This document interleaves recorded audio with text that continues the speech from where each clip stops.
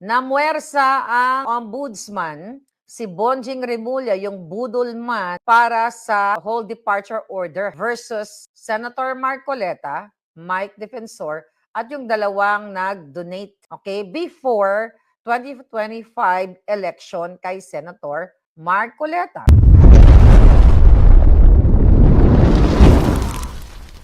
Okay, ang mga judges ay nababayaran sa ating bayan. Alright? Hindi naman lahat, pero alam nyo yan. So kahapon, okay, si Budolman, isang bulati lang hindi pumipirma, si Boying Remulla, ay nag-request siya at pinupwersa niya sa Digang Bayan na maglabas ng precautionary whole departure order laban kay Senator Marcoleta, kay Mike Defensor, Joseph Espiritu, at si Aristotel Veray.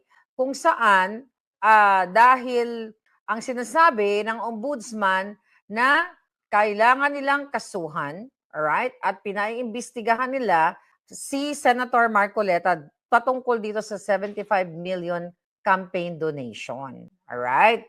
So mga palangga, na ipaliwanag na mismo ni Senator Marcoleta at syempre mga nag-donate sa kanya na yes, nakatanggap siya ng 75 million donation, pero that was prior to election period or election season. So, actually kinlaro na 'yan ng COMELEC last year, di ba? So ngayon, dahil nga gigil na gigil ang Bangag administration, dahil nga natalo sila sa Senate leadership, doon papunta kasi ito eh. Doon papunta itong pagkakaso sa kanya. Dahil hindi nila matanggap na natalo sila at delikado. I mean, kung hindi nila guguluhin ang 13 senators, ang majority, at pag nagtuloy-tuloy ang kanilang impeachment proceedings, ay hindi talaga manalo-nalo yung mga bangag na yan para sa pag-impeach kay Inday Sara. Kaya naman, humiling, okay, pinush ni Bangag Jr. sa pamamagitan ni Lisa Tanas, ni Bangag, yung mga buwakan ng inang yan sa pamamagitan ni Remulla, pinupush nila, okay, ginagamit yung ombudsman, yung budolman, para magpuwersahin nga itong Sandigan Bayan na magbigay ng whole departure order o precautionary whole departure order. Nakita ninyo? Noong 2025 election, mga kababayan, okay, nag-start ang campaign period Feb 11, yung official campaign period. So ito yung depensa ni Senator Marcoleta na nung binigay ang pera sa kanya, okay, as a gift, ang sinabi niya, ito ay wala pang election period. At I know, magagaling naman ang naabogado yan. At alam natin na hindi naman makakalusot yung panggigipit nitong mga bangag na ito kung dadaanin sa tamang legalidad. Right? So sinasabi ni Senator Marcoleta na hindi pa siya official na nangangampanya during that time. Okay? At hindi pa regulated campaign contribution under the law according to Senator Marcoleta, at ito ay private donation. And sabi naman, ang depensa naman ni dating Congressman Mike Defensor, mga kababayan, ito ay hindi galing sa pondo ng gobyerno. Hindi galing sa flood control. Okay? Kung ito ay private money na dinonate o naregalo and also recorded according to Marcoleta and the Defensor, na yung donation na yun, private donation, ay binayaran ng taxes. Meaning, walang planong itago. Although like dun sa report, after 11 months na raw yata nag-declare, nagbayad ng taxes, mga kababayan, it doesn't matter kung after 11 months na siya nagbayad. Kasi pwede naman mag-late payment, di ba? Ng taxes, ng income tax. Tignan mo nga ng Erich Sylvester, di ba? May record yan na hindi nagbayad ng tax for 13 years. Delayed din yan. Even sa Amerika, pwede kang hindi magbayad ng tax for several years and later on, di ba, kung di mo kayang magbayad, installment, di ba?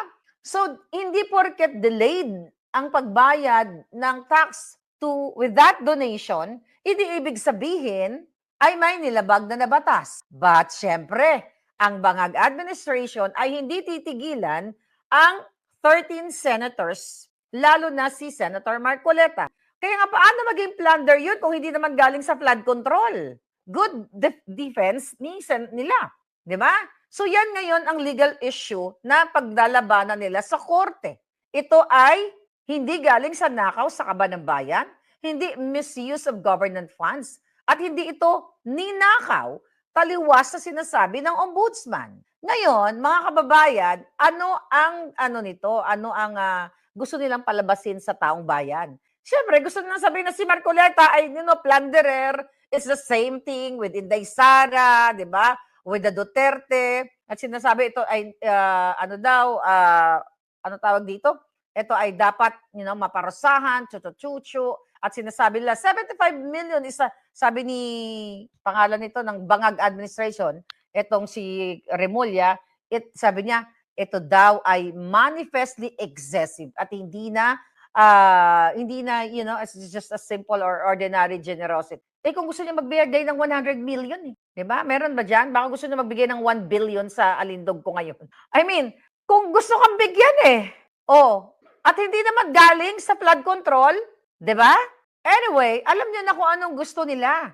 And another depensa, ang pinaka-strong depensa ng ating Marcoleta, ito ay hindi pa campaign period, even though ito ay private donation na binigay sa kanya, mga kababayan.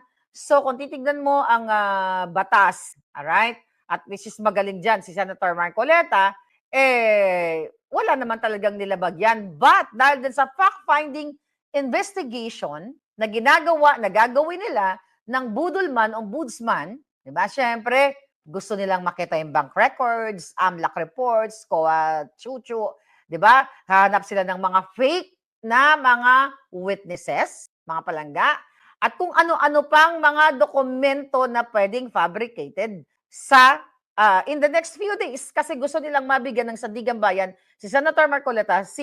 Ang pinaka-importanting usapin nito si Senator Marcoleta kasi nga napakahalaga niyang character dahil siya ngayon ay nasa Senado at ngayon inelect pa siya, itinalaga pa siya bilang vice chairman diyan sa Blue Ribbon Committee kung saan yan ay iimbestigahan nila yung flood control o yung maleta gang na si Marcos Jr. kasama lahat ng mga gabinete niyang kasabwat. So ngayon nahanapan nila yan ng butas, isusupina nila yan. At ano gagawin nila? Kung si PRRD nga, napakidnap nila, isusupina nila yan at sasabihin nila may probable cause. So bigyan ng warrant of arrest si Senator Marcoleta. Even though hindi pa siya convicted, wala pang trial, bibigyan nila yan ng subpoena or not subpoena, warrant of arrest. Kasi nga non-bailable itong plunder case na hinahain nila. Yan yung purpose niyan. Non-bailable, syempre, hindi makapag-bail si Senator Marcoleta. I'm just fast forward na yung analysis natin dito, no? Hindi makapag-bail, ikukulong nila ngayon. 'Di ba? Meaning, kikidnapin nila. Right? Kasi nga, mga kababayan, kahit hindi pa convicted, pag sinabi nila, nakipagsabuatan sa sandigang bayan, ay ito, may probable cause kami na ganito, na ganyan, based dito sa mga dokumento at sa mga witness na ganito, chu-chu-chu-chu. Diba? Warrant of arrest, in other words, kidnapping. Dahil illegal, fabricated ang kanilang gagawin ng Bangag Administration at dyan magaling si Lisa Tanas, si Marcos Jr. at lahat ng mga kasabwat nila.